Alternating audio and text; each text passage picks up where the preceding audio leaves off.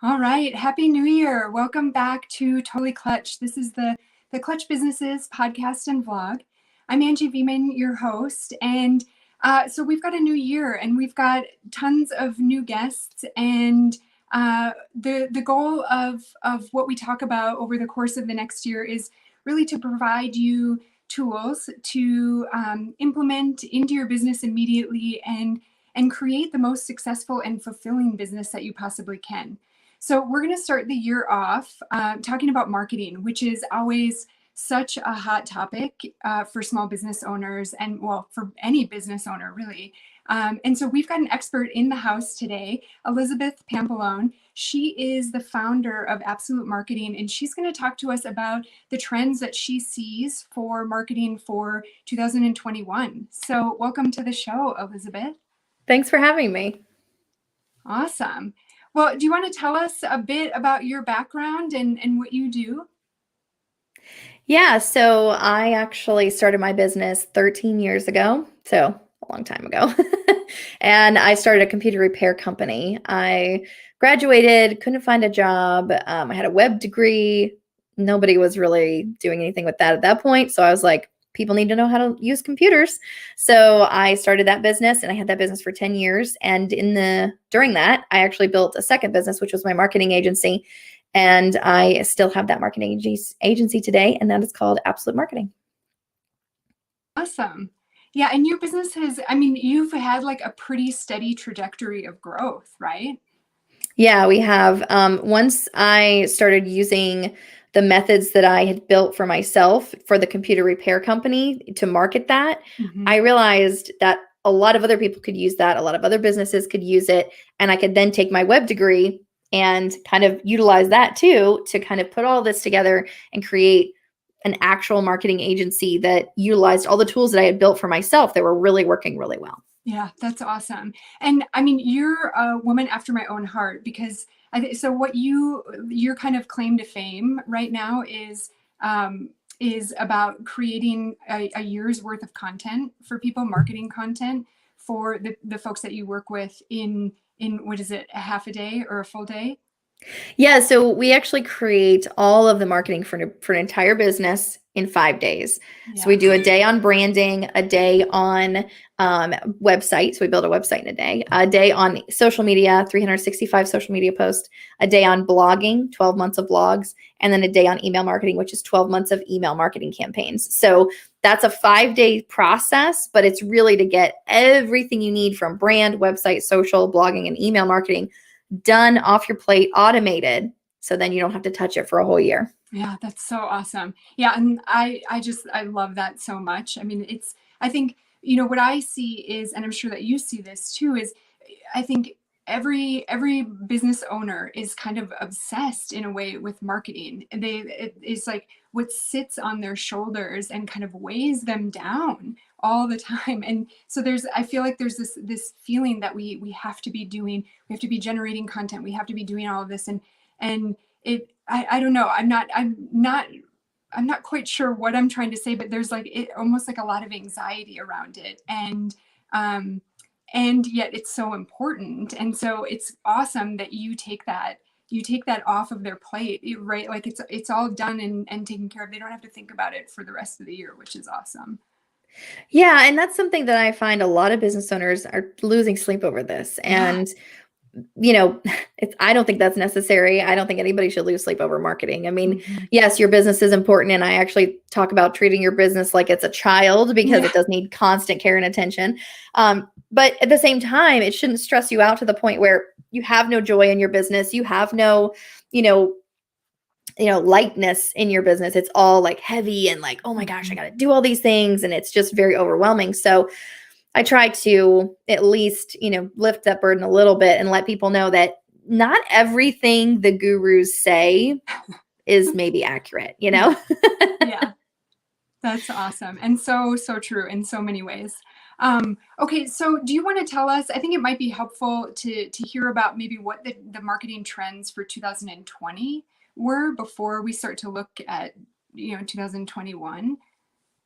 Yeah, so 20 was such a mess. I didn't really see anything from anyone except like scramble and fix it. Like, Yeah. what can you do to make something happen? Because people, I mean, I saw a lot of people doing a lot of Zoom meetings. Obviously, people were doing a ton of podcasting. I mean, podcasting was like probably the hottest thing that came about of the whole year.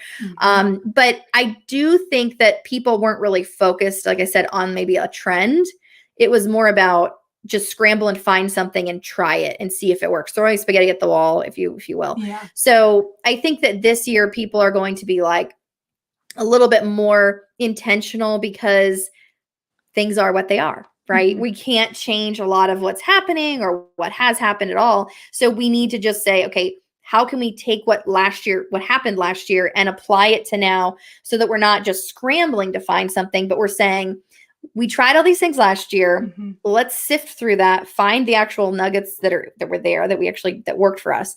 And then let's add to those pieces by going further with them. So maybe somebody started a podcast, and how can they now take that and monetize it? Or how can they take that and build more intentional relationships with that? So I think people are just going to take what they tried last year, sift through it, get rid of the junk essentially that didn't work for them, and then go and take the pieces that did work and expand on them. And I really see that happening a lot this year. Yeah, that's awesome. Were there things that you saw actually, so even though it was kind of a shit show for lack of a better word, but were there some things that came out of that were really effective?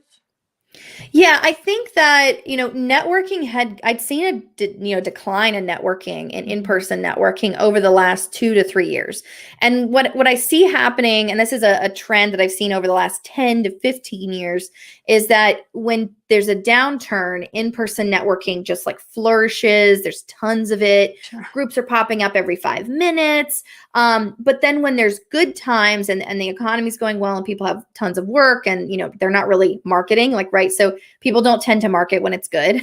They market when it's bad. Yeah. And you should market all the time, I think, but people tend to market when it's bad. And so they were kind of using that as a marketing tool when it was bad, especially during the recession. So as things started to improve, networking just kind of fell off. Like I could see a huge downturn. At one point in my city, we had 3,500 events a month. Now we were down to like maybe at the beginning or middle of 2019, we were down to like 200 to 300 events a month. Wow. I mean, it was almost nothing. It was crazy. And people weren't really showing up to them because they were all out there busy. They were working. People were making money. It was fine. But then in 2020, people started to come back to networking a little bit at the beginning of the year. And it was starting to pick up again because I saw, I felt like the economy in a way, not maybe what you see on the news, but the economy in local areas I could see was taking a slight downturn. And so people were like, okay, how do we keep the momentum going? But now with the pandemic, all of the networking was completely cut off. And it was like a water hose, like it just shut off completely without warning. You couldn't go to the events you were going to go to. You couldn't go to the conferences. You couldn't meet those people. You couldn't have those in-person networking events. And so people tried to do it online and they tried to go to Zoom to try to have those larger meetings. But I think that failed a lot because people were just freaked out and they already had anxiety about what was happening. So they didn't really have the wherewithal to go to an online networking meeting, be on, and like put on the face and like do the whole thing when they could just sit at home and watch Tiger King. So, and even though it was in their home, they could just go to their computer and do it. I think people kind of felt like a little bit depressed in a way, and that can actually lead to you not going out and networking and not doing what you should be doing.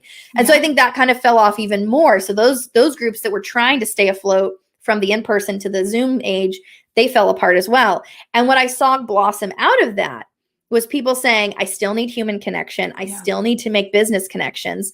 Facebook groups blew up. In my perspective, they blew up a lot, but doesn't mean that they were necessarily like a good thing. Sure.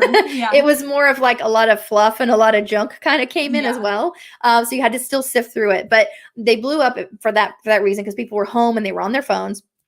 But the other piece that blew up was I still need human connection. I still need to make business connections. So how do I do that? But I don't necessarily want to be in a crowd, right? I don't want to go online and do some kind of big conglomerate. It was more about like, what can I do to like showcase myself? Right. And how can I put myself out there just by myself? And I think podcasting really lent to that a lot. So I think that's why we saw a huge rise in podcasting as the new networking in a way, because people still needed human connection. They could have guests, they could connect with people one-on-one. So there wasn't that social anxiety. There wasn't any of that other stuff that they were thinking about would have to come along with networking per se. Yeah. And I think we saw the rise of that. And also having multiple people on as guests at the same time. I think we saw that as well. And also going live. Going live really gives that accountability. And a lot of shows were going live. Some of them weren't. Some of them were recorded, which works as well. But to have the accountability to say my people are waiting for me to be on at 9 a.m. every day or every week or whatever it was.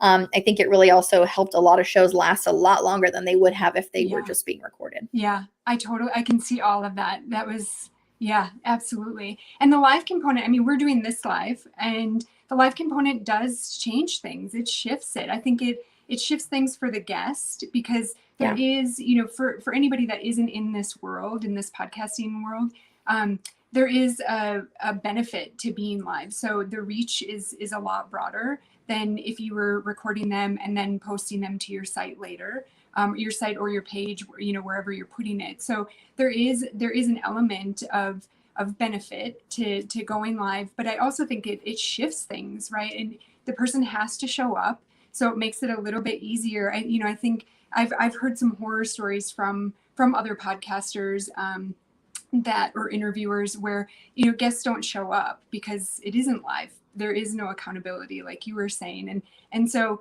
I haven't, crossed my fingers and knock on some wood, I haven't had issues like that, and I think it's because partially at least because of that live component, and also partially because of like what you're talking about. There's a thirst for that connection, whether it's between you and I, Elizabeth, or you and I and the audience that we're interacting with right now. There's just that craving to be with people. So yeah, I can absolutely see that.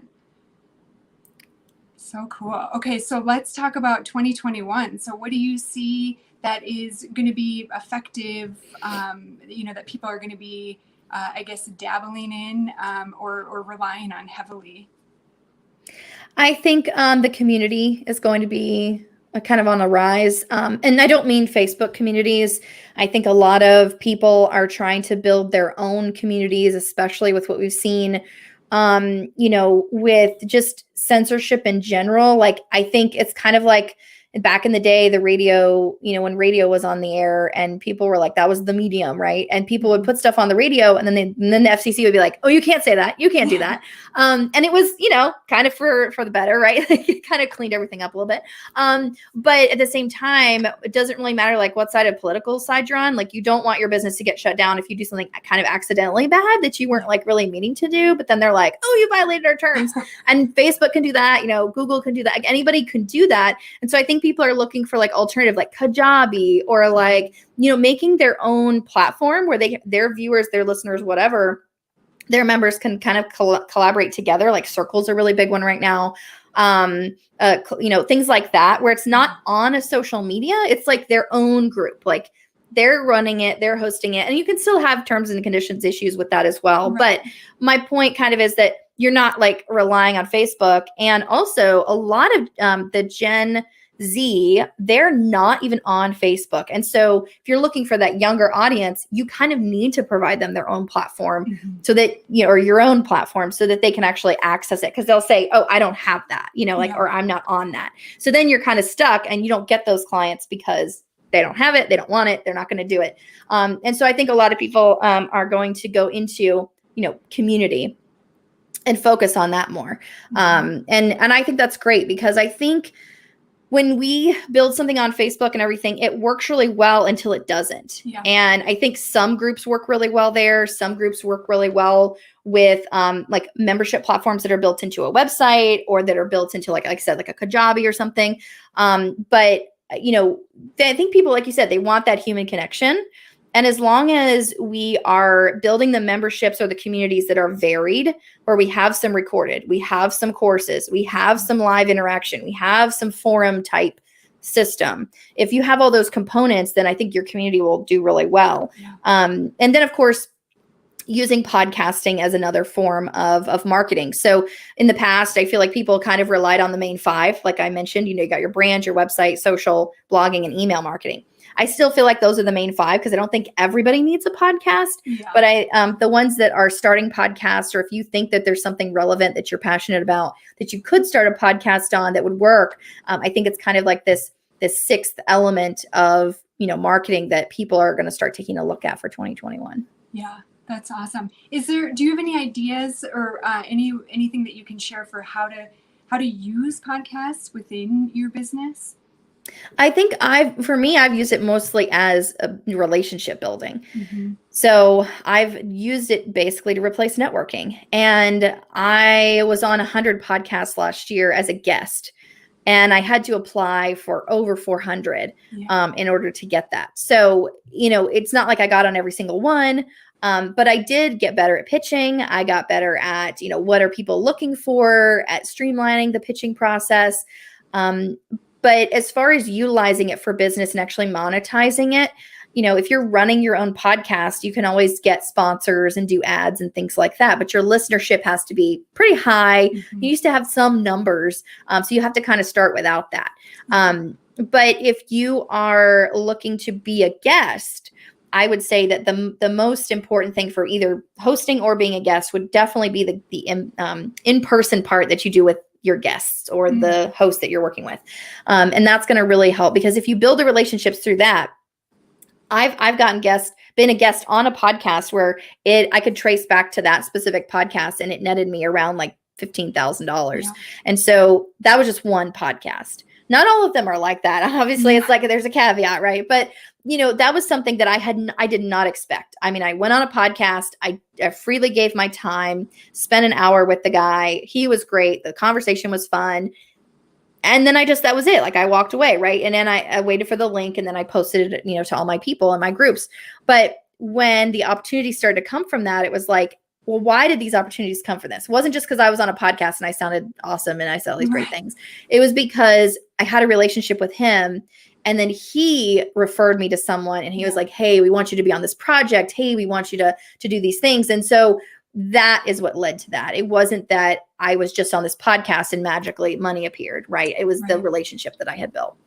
Yeah. And I think that's kind of why I asked too, is because I think, I think you've created a really important distinction that you don't necessarily have to have your own podcast to get into or incorporate podcasting into your business. You can be a guest. And, obviously that simplifies things to a certain extent, right? But I also think that it's important that you capitalize on the opportunity, that as you get experience and start to try on different things, you're clarifying your message, like you were saying. And I think you'll also start to get clear on what opportunities like you can pull out of them, right? So the one that you're talking about sounds like it was kind of organic, but you had some takeaways. You dissected it and to see why was that so successful. And those are things then that you can take with you to your other guest appearances or to your own podcast even. Yeah, absolutely. And I'm actually I launched our book in my membership community. It's exclusively there right now, and it'll be launching through publishing outlets in a couple of months. And because of that, now that I'm starting to promote the book, now that I'm out there, pushing that information out, I have 100 people that I've just talked to who have seen that my podcast has been listened to a certain number of times, right? Mm-hmm. In some cases, I've been one of the top podcasts that they did, one of their top interviews. And so those kind of things, like, I can now go back to them, and I've been going through my list, like inch by inch, little by little, and saying, hey, I've launched this book, when can we have a conversation? When can I get back on the podcast? And I always tried to end podcasts by talking to people and saying, like, when can we talk again? I don't want to be on tomorrow. Like, I don't want to be on like 2 episodes in a row or anything. But if I do something interesting, what would that be, so that I could say, this is worthy of you talking to me again? Uh-huh. And they were like, oh, well, if you write a book or if you do blah, blah. And I was like, okay. So I marked all that down. And I actually did a spreadsheet of every single person that I talked to, when I talked to them, when the episode aired, the link to the episode, the title, their name. Like I have an entire like CRM basically of all the people that I worked with, because I know that it wasn't just about building that relationship one time. It was about building that relationship so I can utilize that relationship again. And that if I get a message from them, I'm not like, wait a minute, who are you again? I can go back to my list and say, that's right. I know exactly. Oh, that's right. We did this podcast and it was on this date. Okay. I remember what was happening then, because I've done so many, and that's kind of like a bad thing, because you're like, there's too many. But at the same time, I kept really good records so that if someone does come back to me and say, hey, let's do something together, like, that's right, I remember you. We talked, and so we have this relationship. So I think that that's been a really important piece, as well as to keep good records and also reutilize those relationships when something is worth it. Like not just, oh, hey, let's just talk again, but actually saying, okay, I have something worthwhile. Now can we, reconvene and talk? Yeah, I think you just provided some additional clarity or like further understanding of the networking component of podcasting, because I do think that even as a podcast host, this is all happening so fast and furiously, right? Like you were saying, everybody just kind of dove into podcasts. I mean, obviously they've been happening for a while, but they exploded last year and are continuing to explode. And so I do think that, everybody is in this place of like trying to figure it out. Like, what do I want to do with this? What do I want to say? Who do I want to have on? And what do I want that to mean for my business? And so I'll be perfectly honest that like reconnecting and using the podcast guests and that I've had and the podcast that I've been guests on, using that as like a kind of like traditional marketing or traditional networking group is not something that crossed my mind. And I know that you said that at the beginning, but there's something about, what you were saying with reconnecting with them, reaching out to them again, either as the guest or as the host, to continue to build that relationship is, I think, so important. And I think it's something that's actually getting lost right now. I don't think a lot of people are doing that. So that's incredible insight. And I think that's a total game changer for people. Yeah. And it's almost like using it to like a traditional press release or like PR, right? Totally. Because if you've been on CNN or ABC or Fox or whatever, like you've been on something, you don't just be like, okay, been on your show, see ya, like I'm out, and then you're just gone. Yeah. Because that's a relationship you can utilize. That's an audience, whether they have 10 listeners or 10,000 or 10 million, like it doesn't matter. That's an audience you can utilize. And so I've really found it to be valuable to me. But sometimes I get, error messages on people's emails. They're not doing this anymore. They're gone. Right. They're done, and that's okay. And also I've gotten people that have said, oh, that's not going to fit for us, and that's okay too, because I have 100, right. Like I did the work. I spent, at least I would say that was 100 hours of interviews. Some of them were longer than an hour. And then the time finding them and all that, I would probably say it was around 300 hours to 400 hours of work to get that. But it was over a year. It was over time. And so I would really encourage people that if you don't have a podcasting guest goal, to have one for yourself and to really hustle for it, because I don't have these monetary goals. I have specific, very weird goals that I do. Like one year I did a goal of, this is when we did in-person networking. I networked 3 times a day for an entire year, every single day. I did breakfast meeting, I did a lunch meeting, and then I did like a cocktail meeting every single day. Awesome. And I filled my calendar that way. And then in between I would work. In between I would have meetings. And then I would have stuff on the weekends, and I would do that as well. So that was a very weird goal. But my goal was not to have a certain number of money, a certain amount of anything. It was to be the most well-known person in my city. That is like so intangible. You can't how can you measure that, right? And I went to a meeting at the end of that year. It was just one of my normal routine meetings. There was over 100 women there. They were from all over the city. This was a very big meeting because it was kind of like a bunch of audiences kind of all came together to come to this meeting. And I was the last person to give my 30 seconds. And I stood up. And I realized, I know every single person. Oh my gosh. And I said, if you don't know who I am, just raise your hand. And one girl, she was so timid. She was like, that's awesome. She totally slowly raised her hand. And I laughed and I said, okay, well, just talk to me after. And everybody just laughed. Like it was just That's this so big awesome. moment. And I kind of was like, wait a minute, I accomplished my goal. Yeah. I am the most well-known person. And that was just kind of my little anecdotal, like marker, how to like measure it. But then I would go up to people later in the next year, and I wasn't networking that much. I was doing like 3 times a week.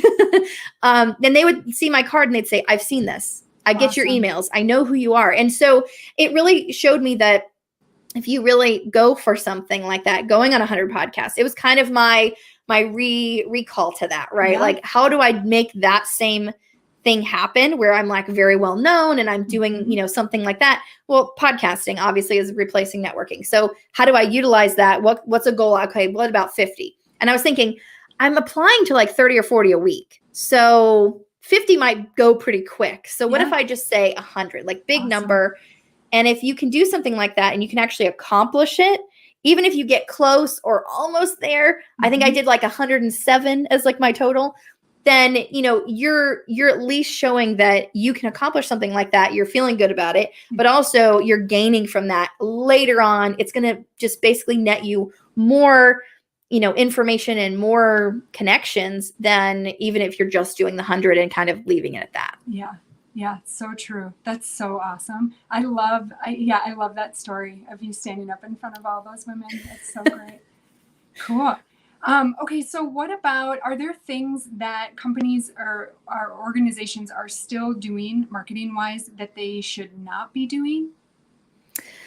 I think that the main focus of being on social, I think social is a part of your marketing. It's not marketing. And so I think that's still something that some organizations are looking at, is they're saying social media is marketing and I have to do social. And then they're stressing out about it. They're, having sleepless nights over it, which they shouldn't be.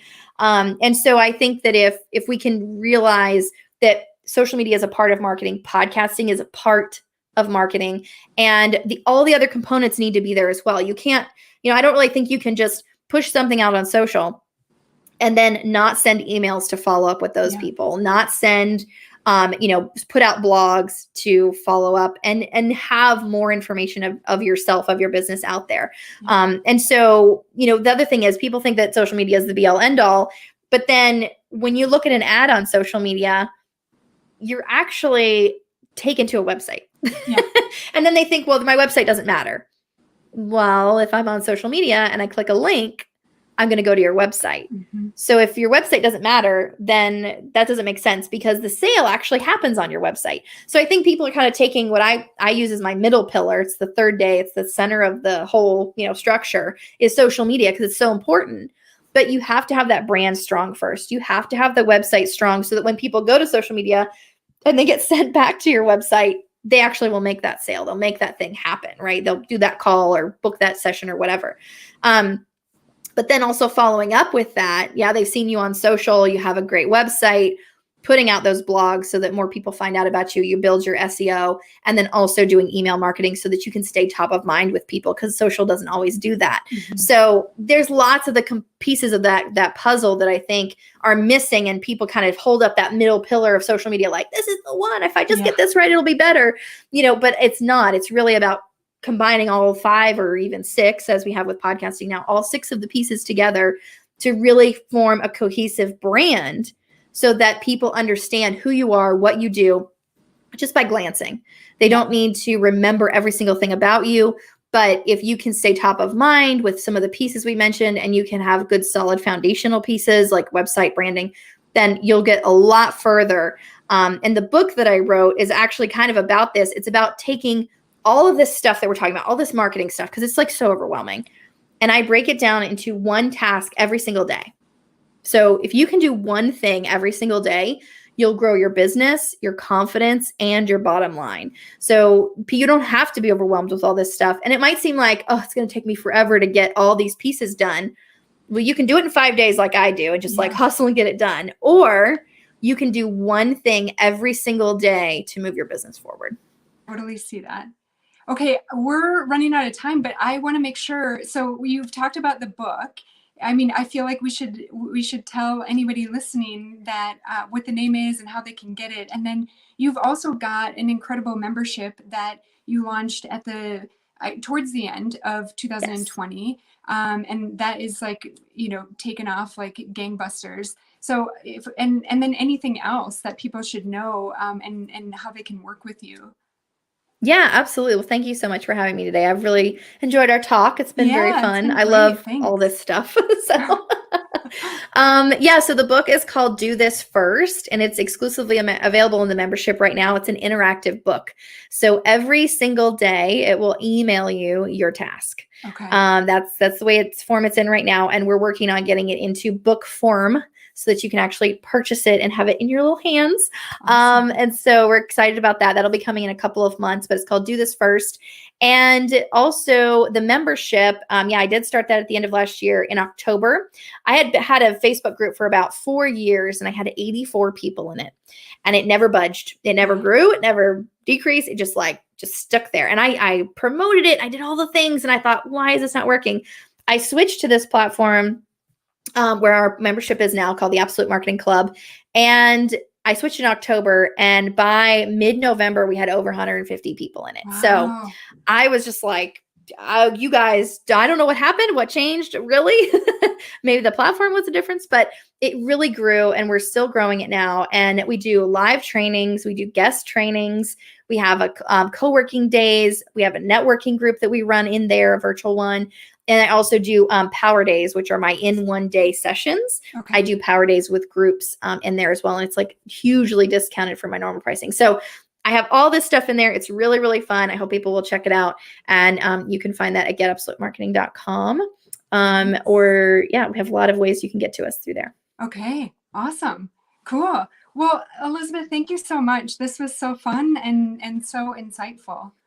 Thank you so much. I really had fun talking with you. Good. All right. Thanks, Elizabeth. Thanks, everybody, for being here.